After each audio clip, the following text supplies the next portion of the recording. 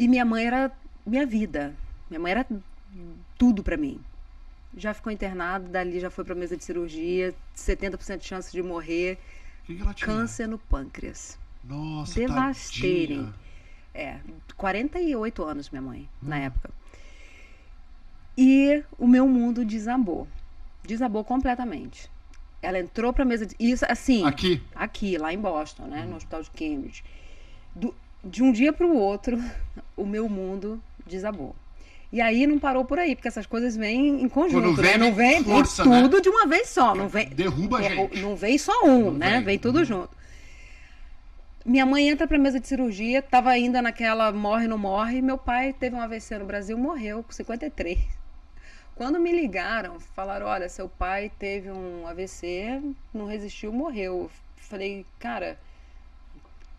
caraca, Deus, como assim? Falei, como assim? E aí liguei para alguns amigos próximos meus daqui, inclusive meu ex-marido, pessoa com quem eu vim, falei, cara, você não vai acreditar no que aconteceu. Meu pai morreu. Só que pensaram que eu tinha surtado e quem tinha morrido era minha mãe. Começou a ir todo mundo pro hospital e me ligar e falar, olha, ela tá Porque viva. você ela ficou tá... meio xaropeta mesmo. Fica, claro, né? Já tava. Eu já tava meio assim com a tua internação mãe. da minha mãe e tudo mais. Então, com a notícia do meu pai, acabou de desabar tudo. Não pude ir ao Brasil, invadiram a casa que eu tinha comprado para ele lá. O restaurante era alugado, tudo que estava lá dentro, Roubado. da noite pro dia, nem quis saber. Falei, coisas materiais, do jeito que eu tô vivendo aqui, eu não tinha ninguém para pedir para ir lá, nem quis saber. Não quis saber. Porque a minha mãe continuava na UTI, no morre, não morre. Né? Ela fez uma cirurgia muito delicada. E aí ela saiu da UTI, viveu 11 meses do dia da descoberta da doença até o falecimento dela. Eu perdi minha mãe também. Então, no intervalo de 11 meses, eu perdi minha mãe, meu pai, perdi tudo que eu tinha. E ainda fiquei com uma dívida de quase $400 mil, Paulo. Só para vocês que estão chegando agora, ela veio para cá, imigrante comum, como eu, como todos, e foi lutando e foi tentando melhorar. Se você chegou agora, depois volta e começa a assistir, ou se você está no nosso podcast, ouvir desde o começo, que fica tudo gravadinho, porque é uma história muito legal. Ainda tem muito chão, muita história, que ela tá aqui, bonita e forte. E aí, eu me vi ali naquela situação. Casada na época, não? No meio disso tudo, acabou o casamento também. Menina. Que foi o terceiro casamento. Acabou também, no meio dessa confusão. O marido também não aguenta. Até porque a situação era muito pesada, né? Ele imaturo também, novo. E o casamento acabou. Depois a gente tentou de novo, mas como eu passei aquele pior momento da minha vida sozinha, eu falei, então eu realmente, se a pessoa não pode estar comigo Exatamente. no pior momento da minha vida e ainda me colocou para baixo na época, falava, isso é muito pesado para mim, isso aí. E eu fiquei realmente me sentindo muito sozinha nesse momento, porque quando a gente tá bem, e eu gosto de pessoas, então não sei se você vai entender o que eu vou te falar. Muita gente que tá me ouvindo aí vai se identificar. Quando a gente tá bem, a gente tá sempre rodeado de muita gente. Só que quando a gente tá mal, são poucos ou quase ninguém gosta de... Quando a gente vê quem são os nossos verdadeiros E eu amigos, até né? entendo, porque você fica chato, você fica triste, você não tem assuntos, você não tem uma conversa interessante para passar, você não tem nada para oferecer. Então, eu me senti sozinha, muito sozinha. Foi uma fase da minha vida realmente muito difícil. Eu parei com tudo, eu perdi os carros que eu tinha comprado. A casa, parei de pagar. Ela começou a entrar em foreclosure, que é o leilão, né? Ela começou a entrar no processo para tomar repossession. Os carros foram, o banco foi lá, pegou 2 carros meus do quintal, levou. Resumindo, só uma atrás e veio da outra. Veio... Você fala, me leva, Deus. Nem podia, eu cheguei a pensar, porque nem podia, porque tinha filha? criança para cuidar, tinha minha mãe ainda que estava viva ainda na época, que eu parei com tudo para cuidar dela. Eu tinha entrado num curso de beleza, de estética, a minha irmã tinha me enganado, mas me enganado bom, tá? Minha irmã me deu super bem com ela, uma fotógrafa de sucesso lá em Boston. Ela falou, irmã, encontrei uma escola aí muito boa, isso antes disso acontecer, tá? Quando eu ainda estava no processo da casa e tal. encontrei uma escola aí de beleza muito legal, vou lá, vou fazer cabeleireiro, você vai fazer estética, a gente vai abrir um mega salão, a gente vai se dar super bem, não sei o que. Eu falei, vamos lá, me matriculei e ela foi fazer fotografia, me enganou.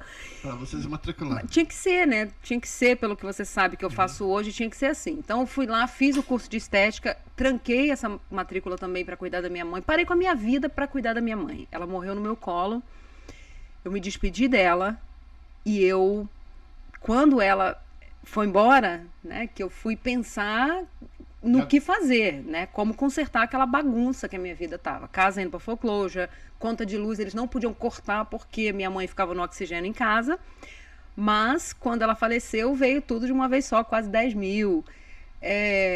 Tentei food stamp, não consegui, nem food stamp eu consegui. O que é o food stamp em português? Seria uma auxílio bolsa do governo de comida. De comida, que é bem pouquinho, nem isso eu consegui. Eu cheguei a viver uma época do WIC, que é um cheque que o governo dá, o Estado dá, né?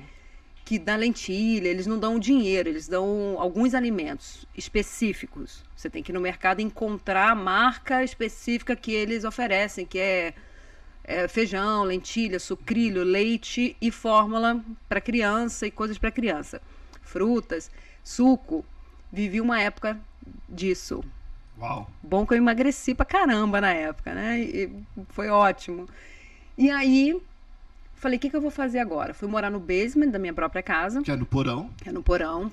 Terrível lá, um negócio que não tem caverna. Janela, né? Meio caverna lá. Aluguei a parte de cima, porque aí era um dinheiro que iria entrar.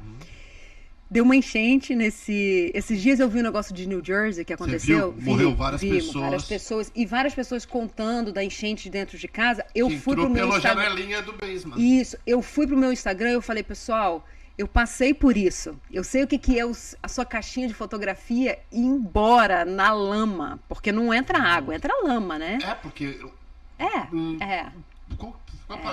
Varre tudo pra dentro, vai. Não, e na época, Paulo, eu olhei pra aquilo ali, eu comecei a rir, assim, mas chorando. Claro. Eu falei... Quando vai parar isso? Falei, como assim enchente? Se fosse no Rio de Janeiro, ok, mas enchente em Boston? Falei, neve a gente já aceita, agora, que isso? Não vai parar isso? E aí, falei, bom, o que eu vou fazer agora? Aí, falei, o que eu vou fazer? E aí eu pensei nos cursos que eu tinha começado, né? Falei, bom, estética está mais próximo de finalizar e eu vou conseguir uma licença. E eu já estava fazendo maquiagem, porque durante a doença da minha mãe, eu comecei a pintar quadro para não enlouquecer. Fiquei em depressão ali dentro de casa e fiquei muito mal, com uma depressão terrível. Comecei até a tomar remédio para depressão. E aí comecei a pintar quadros. E quando eu me vi, depois que ela morreu, eu falei, o que eu vou fazer e tal? Eu falei, quem pinta quadro, pinta rosto, vou fazer maquiagem. E comecei a treinar, comecei a fazer de graça, fiz muita maquiagem de graça, tudo quanto é patrocínio. Ela tá precisando de uma maquiadora, eu tô aqui com a minha... Aprende, pessoal, aprende.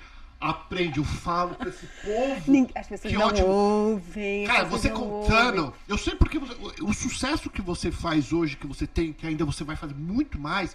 Olha o que tem tudo por trás, olha o que pessoal. Que tem. A pessoa olha não o que vê. É por trás. As pessoas veem você hoje e não imaginam.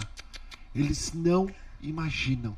Olha, eu compartilho essas histórias com as pessoas, Paulo, para ajudar as pessoas. Muitas vezes, quando eu estava passando pelo que eu estava passando, eu perguntava, por quê? Que fui premiada? Nasci com X nas costas? Ninguém quer aceitar. E eu perguntava muito a Deus por que eu estava passando por isso tudo. Hoje eu entendo. Eu não passei por aquilo tudo. Eu fui escolher. Não. Quantas pessoas não vão passar nem um terço do que eu passei porque eu tô aqui falando. Porque eu tô aqui mostrando a porta de saída para essas pessoas. Então, hoje eu entendo o porquê de muita coisa que aconteceu comigo. E aí, Paulo, onde falassem pra mim, tá tendo um evento não sei aonde, precisa de maquiadora, na hora, eu tava disposta, disponível, não cobrava absolutamente nada, porque eu precisava de portfólio, precisava ser conhecida, precisava... mostrar o trabalho. Mostrar o meu trabalho.